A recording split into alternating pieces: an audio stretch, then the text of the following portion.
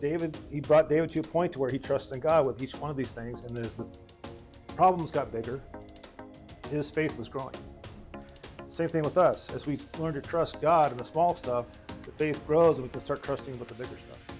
A lot of times we put ourselves on our own little throne. We want to control everything around us. We want to have all this influence, and we want people to do exactly what we want them to do, and our family to do exactly what we want them to do. And we got to remember that God is the one that's on the throne.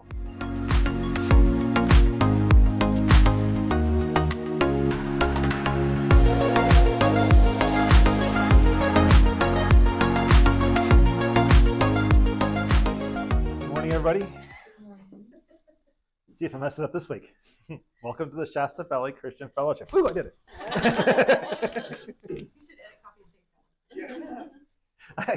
I left it in the video for that week. Was that last week? I think it was. Okay. So it's going to be going out next week. But this morning we are back in the Psalms, and I'm going to try and get two of them done. Psalms 11 and 12. Psalms 11 has 7 verses. Psalms 12 has 8 verses. So I'm thinking we can do it. Although there was one pastor I was listening to, and he took 2 Sundays just to do Psalm 11. Oh, wow. So you can really dig into it if you want to. There's a lot to it. But so intro for 11. This should be what to pray when things are really seeming like impossible. And so let's just dig into it. Psalm 11. Psalm 11. For the director of music of David. In the Lord I take refuge. How then can you say to me, flee like a bird to your mountain? For look, the wicked bend their bows. They set their arrows against the strings to shoot from the shadows at the upright in heart. When the foundations are being destroyed, what can the righteous do? The Lord is in his holy temple. The Lord is on his heavenly throne. He observes everyone on earth. His eyes examine them. The Lord examines the righteous, but the wicked, those who love violence, he hates with a passion. On the wicked he will rain fiery coals and burning sulfur. A scorching wind will be their lot. For the Lord is righteous. He loves justice. The upright will see his face. Lovely little psalm. Starting off in verse 1, though. In the Lord I take refuge. So how then can you say to me, flee like a bird to your mountain? What mountain is that? Your own personal mountain? Where you'd be safe. Where people would think you'd be as being safe. So what's going on here is David's encountering something. This could have been one of the times when Saul was trying to kill him. It could have been one of the other times. David had a lot of enemies. I mean, he was a warrior king, so he made enemies very easily. Mm-hmm. His son tried to kill him. Yep, his own son tried to kill him. Yep. Mm-hmm. So what's going on here, though, is he's getting advice from well-meaning friends. The friends see what's going on, and they're saying, you know what, you just need to run away. Just go find a safe place, because the foundations are being destroyed, verse 3. So we can wind up doing this to each other, even in modern lives. You guys remember several years ago, they had the swine flu, and people were being advised not to go to Mexico. My own friends and people from the church I was going to at the time didn't want me to go to Mexico. They definitely didn't want me to take Justin with me. So a lot of times, well-meaning friends can be giving you bad advice. Yeah, wow, that's powerful. I still went to Mexico, and I never had any problems. Even when all the gang violence is going on, I have never felt scared or afraid when I've been in Mexico. So I had to tell people that. It's like, thank you, but you're really scared about nothing. Even if something was to happen to me down there, I'm not worried about it. It's not that I feel like this body's immortal, I'm never going to die, but I know where I'm going when I die. When God chooses to take me, I'm going with open arms. So I think if you're in God's will too, if you're, you're in His will and you're doing what He wants you to do, I feel like you'd have, Special protection. yeah, special protection, don't you? Yeah, no, I've said it before. I'd rather be in the center of God's will in the middle of a war zone than out of His will sitting on a warm beach somewhere. Right. You know, the whole time David was facing these impossible things, he always felt like he was protecting the Lord's honor and that the Lord would go before him and fight these impossible fights. So he very much, it was God doing it, not him. So he kind of could hide behind God, I believe. He knew very well how to put his trust and faith in God. Yeah, and the whole, it was all about God, fighting for God. A lot of it was for him. You actually see stories in the Bible when people put their faith in God, they would go to places they didn't want to go to, Yeah, but everything they did was blessed of God. yeah, Like you see Joseph, the coat of many colors. It's like he ended up as a slave and in jail, but then he ended up being second in the kingdom because he kept putting his faith in God. yeah, Another thing too to look at, especially with David, because we know so much about his life. As a young boy, he dealt with a lion, and then a bear, and then Goliath, and then Saul, and then the Midianites. You notice the things are getting incrementally larger. God's leading him through this stuff, starting off. Granted, we would think seeing a lion, barehanded or without a gun would be fairly freaky, but he brought David to a point to where he trusts in God with each one of these things, and as the problems got bigger, his faith was growing. Same thing with us. As we learn to trust God in the small stuff, the faith grows and we can start trusting with the bigger stuff. True. Yeah. How could he do so many bad things then? Who, David? If he trusted God and he wanted to do what God He fell into temptation. Simple flesh. Yeah. to kill somebody? Yeah. I mean, he actually Yeah, did. that was trying to cover up a lie, Yes. and it just escalated. It started off with him seeing a guy's wife naked, which guys see a girl naked, they get excited. So he invites her up. Well, she ends up getting pregnant, and so he invites this guy home, which apparently was a friend of his too. He invites him back, on the guise of giving him a report of how the battle's going. Tells him, go see your wife, you're home. And he goes, no, I can't do that while my buddies are out on the battlefield, which had to be a slap in the face to David. Because David should have been at war anyway. Yeah, so David's trying to cover this whole thing up, and then finally it comes to the point where he has Uriah killed. He sends a message to the general or his leader on the front line and said, put Uriah at the front of the line so he gets killed. Right. Didn't Uriah have to carry that message himself? Did he? Yes, he did. Yeah, He did. it would have been sealed. He had his own death warrant. Yeah, Carrying with him. unfortunately. So, yeah, it was, and that can happen with us. You might get tempted into a little sin, but then you got to cover that up, so you end up doing something bigger, and then you do something bigger. Before you know it, you're lost in the whole mire of junk.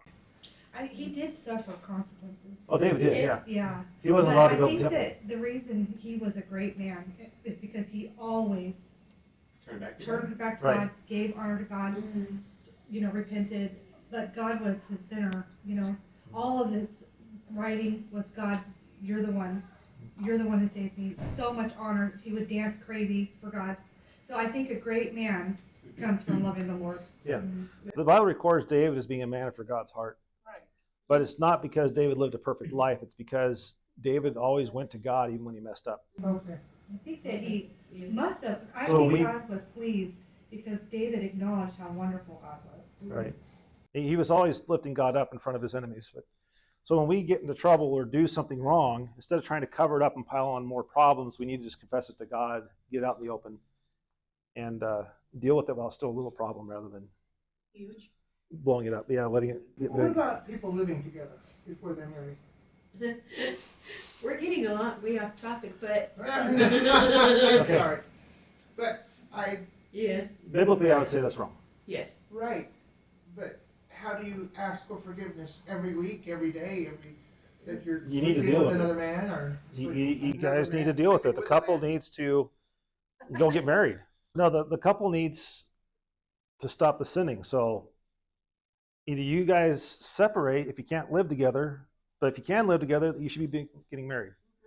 This whole thing of taking this extended test drive is not a good idea. Oh, keep my son in prayer for that.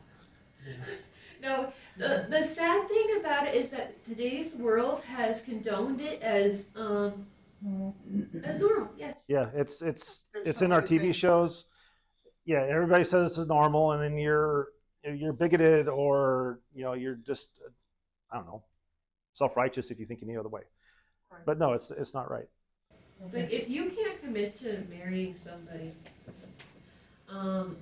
then you're probably not in the right relationship. And I mean, like that's just the way I see it. It's like if you're like looking at this person that you've been dating for such time, and you're like, I'm not ready for marriage yet, but let's go ahead and live together. It's like red flags all the Yeah. way. And this is especially protecting the women, because if they're not married, it's very easy for the guy to skip town as soon as the lady gets pregnant or whatever. And so if someone's out there and they're facing that kind of temptation, yeah, the best thing to do is get married. If you're already in that situation, resolve it. Don't stay in that situation. That's exactly what the Bible says. Yeah. It says it's because you're weak, you need to go ahead and get married and allow yourself that. Right. But if you're able to not do it, it's better for you not to. And love the Lord, All right, now where was I on the psalm? One, I think, Focus, right? Yeah, focus. we're still on 1 to 3. Yeah, so the 2 and 3 is that's the wrong psalm. I'm going, that is not what I just read. Okay, here we go. 2 and 3 is the advice of his friends. The friends are warning him, the wicked are bending their bows against you. They're setting their arrows in the strings. In other words, the danger is imminent. They're trying to add the stress of this, the danger is imminent. So how does he respond? Verse 4, the Lord is in his holy temple. The Lord is on his heavenly throne. We need to remember that. A lot of times we put ourselves on our own little throne and we want to control everything around us. We want to have all this influence, and we want people to do exactly what we want them to do, and our family to do exactly what we want them to do. And we got to remember that God is the one that's on the throne. And if you're one of these people, it's really, I was like that. I found it very relieving to let God control stuff and to just step back. It's like, that's not anything I can control, it's all yours. Because anytime we try to control it, it's not going to end well. We have a very finite perception of what's going on. We're only seeing it through our eyes. We're not seeing it from above like God is, who understands the whole situation. And he's working out a better solution than we could ever even comprehend. So is that what it's saying there? That God, let's see, God is on his throne, yeah. holy temple, what is that? He's in his holy He temple. observes. God's holy and he's in control. And he watches everyone closely. Where does it say he's in control? He observes. He's on the throne. If he's on the throne, he's the one in control. That's what that means. Yeah. On the throne, that means he's in control of Right. my He's the king, right? Okay. That's really something that I struggle with. You want to control. Understanding that, that this isn't my doing. Mhm. My big old mistakes, these holes that I dig. I mean, I know those are my doing, but letting go and understanding that God actually is involved in the circumstances and he's going to help me get through it. I've heard of an analogy one time. It's kind of like a parade. You're sitting on the edge of the road, and this parade's coming by. And these things, people are doing dancing, they're putting on shows, doing music or whatever, and you're seeing what's right in front of you. But God is like up in the blimp, looking down the whole thing.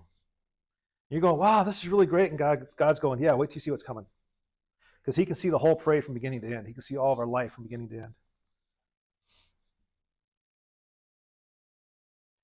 And there's a lot of times when we think we might know the right answer or have the right solution, and it comes back to blow up in our face because we didn't see all the details. I'm trying to picture one of the times in my life where I got one. I was a little kid. I was always into electronics, even from a little guy. We had this car stereo I dug out of an old wrecked car one time. I wanted to see if I could make it work. So I took the wires on the back of it, and I took it out to the shop, and I plugged it into the electrical outlet, because that's where you get power from, right? Not for a car. It literally blew up. Made such a loud bang, my mom come running out to the shop to see what happened. It's like, apparently that doesn't work. In my little mind, you got power from an outlet, so that should have powered it. No. Person with more knowledge would realize that it took 12 volts, not 120 to power that. Oh, gosh. Yeah. It literally blew up. There's like green powder that came out of it.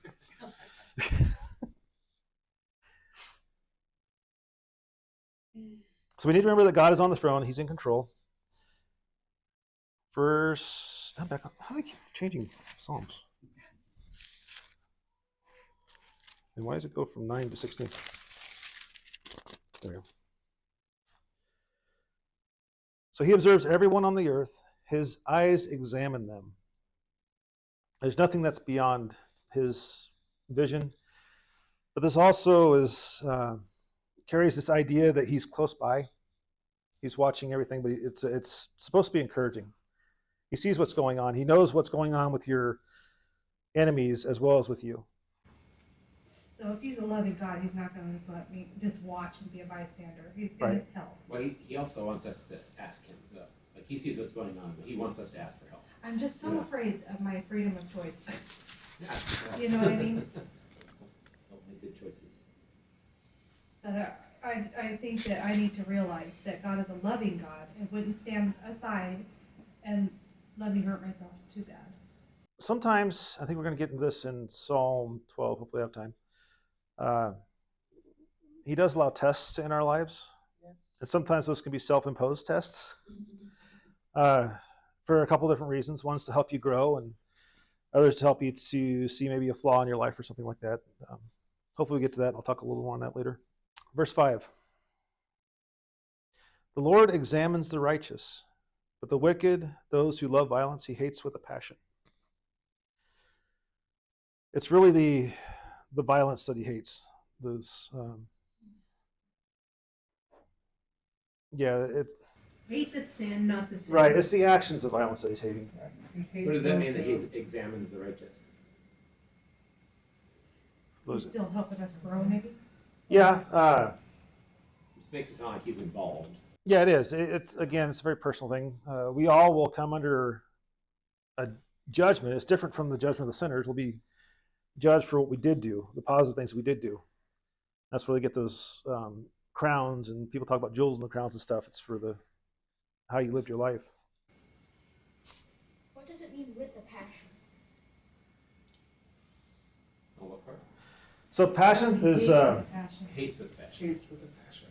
so when a person is passionate about something, there's a lot of emotion involved with it. I'm not one of them teachers that teachers. Teachers. There you go. There's a again. cross between preacher and teacher, I guess. A teacher. Teacher. Yeah. There are some preachers that preach with a passion, and they're out there and they're getting all into it, slamming their fists down, and Loud that voice. it's interesting. It keeps you kind of involved. You can't go to sleep. It No. scares me. Yeah. I think that's one of My the reasons problem why- is that I'm concentrating more on this. But it involves emotion. There's an emotion involved in there. God is not emotionless. Oh. God actually does experience anger. He experiences love, jealousy. Sorrow. Yeah, things can grieve him. So he's talking about people who are beating up, kicking, hitting worse things, people that he loves. Right. So of course he's going to be like, It's so what it's doing is it's adding like an exclamation point to the sentence. He doesn't just hate them; he hates them with a passion. It's more than just hate. He's trying to cure that. It'd be like something, Christian, like if you like to play football, just, or whatever, a sport, and you want to go all the time, because you love it, that would be a passion, Right. because you always want to go. Or even watch it on TV. Right. Gotta watch it on TV. Yeah. Scott? Yeah. If God doesn't hate the wicked, he just hates the bad things they do. Does that mean he doesn't love us? He only loves the good things that we do? No, How do you know? because the Bible says he loves all of us unconditionally. So we can't do anything to help God love us more, and we can't do anything to help him love us less. His love endures forever. But if we do choose to do violence, he hates the violence that we do. Yeah. And we will be punished for it. So when your kid gets into trouble, you don't hate the kid. They might make you angry for a second or something, but it's not because you hate them. But I think- not that assumes that the wicked here are his children when they haven't been adopted into his family. So, Yeah, there's also a verse that says that God showed his love for us in this, that while we were still sinners, he right. died for us. That means those wicked people are coming up to the cross and accepting him, but they stray away from it. I mean, he's not like he's gonna just ignore the cross and what his son did on the cross and then chase after him and save him anyway. But he died so they'd have that opportunity to come to the cross. And they choose to come or not, that's up to them. But while they're in it, it's a hard word, but you know, we have to admit that hell is real. Yeah. Yes. And really, if we're looking at the reality of humankind, violence is not a small thing. No, and people can be incredibly, we figured out more and bigger and better ways, if you will, to be violent with each other over the years. Unfortunately, Some it's, people are just evil. They're just evil. I agree. Everybody's evil. Well, I kind of wonder how God feels about people who, throughout their entire lives, show have absolutely no desire to get to know Him. Okay, and they're thinking evil thoughts continuously all the time. It's like, but you know, their deeds are evil, so. It's a hard word. My mother believes that people don't go to hell. That God loves us all and people don't go to hell. But Jesus talks about hell more than he does about heaven. yeah, so it's a hard word to swallow. Yeah. It's a hard word to say out loud. The They're best at way risk of separation. That I've heard about people, I mean, why people go to hell is because they're rejecting that gift that Christ gave them. Mm-hmm. You know, you're drowning, someone throws you a lifesaver, you're like, no, I'm going to try and do this on my own. You drowned. It wasn't the guy's fault to throw you the lifesaver. Yeah, no. Yeah. I think you're right, Michael. But it is a hard thing to even say out loud because a lot of people, it's a hard thing to swallow. Well, it's in our culture. I don't have a problem with it. I mean, Yeah. love doesn't have any more value if it's not compared to hate. I think the opposite of love is not hatred, but indifference. That could be. I mean, even Jesus said in his earthly ministry, his mere presence and the things he said are going to make people turn on each other. Yeah. And he also said the world's going to hate you Yeah. just for following him. So let's keep on going. On the wicked, he will rain fiery coals and burning sulfur. A scorching wind will be their lot. Sounds like hell. Yeah, I'm going there. I think it definitely sounds like hell, the burning sulfur and the scorching winds. Sounds like Vegas. Sin Well, City, right? Sin City? yeah, the wicked are going to get theirs. Even if they seem to win this battle or whatever's going on right now, God will bring it back on them eventually. They will have to pay. Maybe not in this life, but definitely in the next one. And some of them need to pay forever. Some of them probably will, unfortunately. Verse 7, for the Lord is righteous. He loves justice. The upright will see his face. So 3 things there. Lord's righteous. David's counting on this fact that God will bring a righteous judgment eventually. He's not going to sit by, be apathetic, or not do anything. He's going to bring this about and make it right. He loves justice along the same lines. And the upright will see his face. One of the huge differences between heaven and hell, aside from the temperature, is that in heaven, we'll be near God.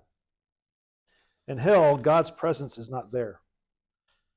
So even if you get rid of the sulfur, lava, the heat, whatever, you're still in a place where God is just not there. And that's, Pray to him or You have the can't Holy talk to Spirit. him. Yeah, there's nothing. It's to me that's more scary than the fire and the brimstone.